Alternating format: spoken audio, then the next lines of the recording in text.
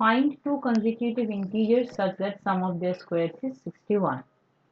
ये कुछ question number 1 की तरह ही है, लेकिन वहाँ पे था कि टू कंसेक्यूटिव नेचुरल नंबर्स और यहाँ पे है टू कंसेक्यूटिव इंटीजर्स। यहाँ पे हम क्या करेंगे, टू कंसेक्यूटिव इंटीजर्स, एक लेंगे x, दूसरा लेंगे x+1। स्टेटमेंट लिख लेना है।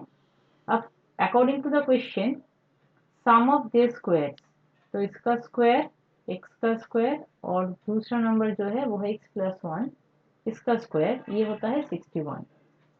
इसको सॉल्व कर लेंगे।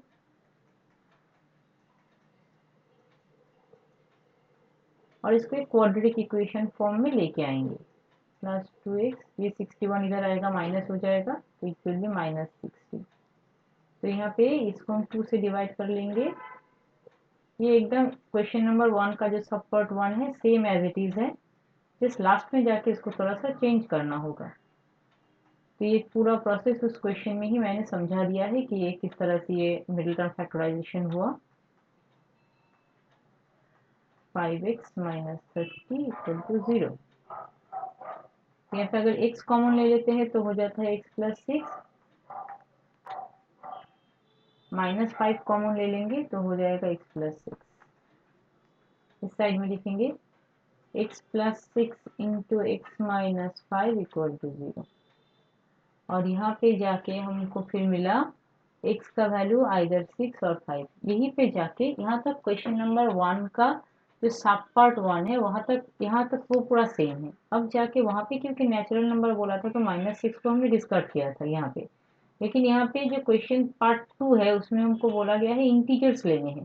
तो इंटीजर्स तो नेगेटिव भी हो सकते हैं, पॉजिटिव भी हो सकते हैं, तो यहाँ पे दोनों वैल्यू ही वैलिड है और दोनों के लिए ही हमको आंसर लिखना है। तो यहाँ पे कंसीडर करेंगे इफ x इक्वल टू -6, अगर x का वैल्यू -6 हुआ, ये वाला पार्ट जो x है फर्स्ट इंटीजर हमारा वो अगर -6 है, तो फिर नेट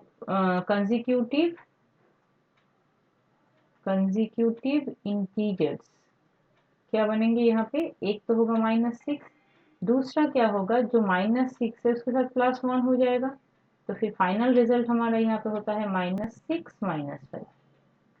और अगर हम x का वैल्यू 5 लेते हैं, पॉजिटिव जो आया है 5, तो फिर हमारा कंसेक्यूटिव इंटीजर्स जो है वो क्या क्या बनेगा, एक होगा 5 और दूसरा होगा 5+1 दैट इज 6। तो यहाँ पे दो आंसर होंगे, एक होगा -6, -5, दूसरा होगा 5, 6। ठीक है, पहला वाला क्वेश्चन में सिर्फ यही वाला आंसर था 5, 6, क्योंकि सिर्फ नेचुरल नंबर पूछा था, लेकिन यहाँ पे क्वेश्चन में क्या था, इंटीजर्स, तो इसलिए हमको दोनों ही वैल्यू दिखाना है, नेगेटिव भी और पॉजिटिव भी। समझ में आया।